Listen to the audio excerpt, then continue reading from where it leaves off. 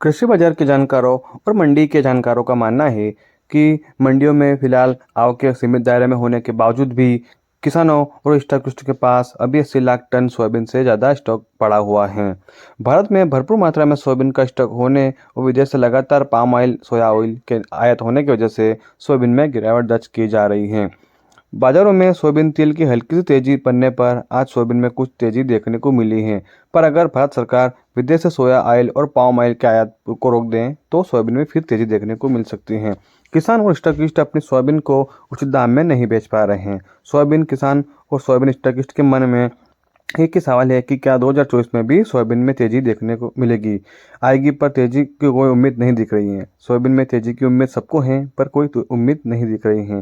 पिछले कुछ महीनों से लगातार गिरावट बनी रहने से कारण और आगे कोई तेजी की उम्मीद न होने की वजह से किसान और स्टॉकिस्ट अपनी सोयाबीन को नुकसान में बेच रहे हैं। वहाँ पर कुछ जानकारों को मानना है कि अंतर्राष्ट्रीय बाजार में सोयाबीन तेल पाम ऑयल भारतीय बाजार के कंपेरिजन में काफ़ी सस्ता है।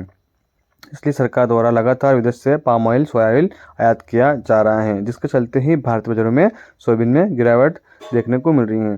सोयाबीन में गिरावट के कई कारण हैं। स्वदेशी तिलहन फसलों में ध्यान में न रखते हुए कि सरकार विदेशी को बढ़ावा दे रही है। लगातार पाम ऑयल और सोया ऑयल को आयात किया जाना ही सबसे प्रमुख कारण है कि भारतीय बाजारों में सोयाबीन बिल्कुल डाउन और मंदी का दौर से गुजर रही है। भारतीय सोयाबीन बाजार का विदेशी सोयाबीन खाद्य तेल पाम ऑयल पर निर्भर होना भी सबसे प्रमुख कारण में आता है सोयाबीन मंदी के लिए। लेकिन अब सरकार में कुछ निर्णय लेने को सोचना चाहिए कि कुछ किसान हित में निर्णय लिया जाए, जिससे कि भारतीय बाजारों में फिर से सोयाबीन में तेजी देखने को मिले। लेकिन अभी फिलहाल में सरकार ने कुछ भी निर्णय नहीं लिया है। किसान हित का निर्णय नहीं लिया गया है और आयात को प्रतिबंध नहीं किया गया है।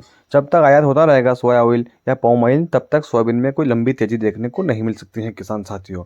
हो सकता है कि कुछ 100-200 रुपए की तेजी मंदी चलती रहे, लेकिन लंबी तेजी देखने को नहीं मिलेगी। भारत में काफ़ी मात्रा में स्टॉक है और काफ़ी मात्रा में सोयाबीन के स्टॉकिस्ट के पास, वो किसानों के पास में काफ़ी मात्रा में सोयाबीन मौजूद है।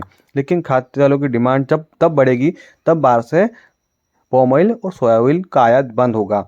अगर बंद होता है तो भारत का खाद्य तेल भारत में ही उपयुक्त मात्रा में जो खाद्य तेल है वो भारत के लिए ही पूर्ति और मांग को कंप्लीट कर सकता है, जिससे कि सोयाबीन किसानों और स्टॉकिस्ट को फायदा होगा, कुछ तेजी देखने को मिल सकती है।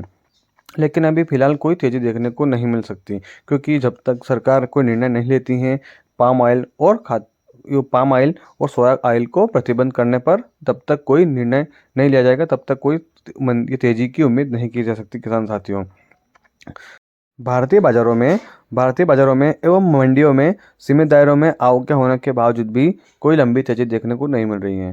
किसान साथियों के मन में एक ही सवाल है कि 2024 में भी क्या तेजी देखने को मिलेगी, लेकिन फिलहाल कोई उम्मीद देखने को नहीं मिल रही है। हाल फिलहाल में सरसों की फसल भी बाजारों में आ चुकी हैं, जिसकी वजह से भी कोई तेजी की उम्मीद नहीं है, क्योंकि खाद्य तेलों की पूर्ति अभी सरसों के तेल से हो रही है। खाद्य तेलों की पूर्ति हो रही है। धन्यवाद किसान साथियों। आगे की न्यूज़ देखने के लिए सब्सक्राइब करें।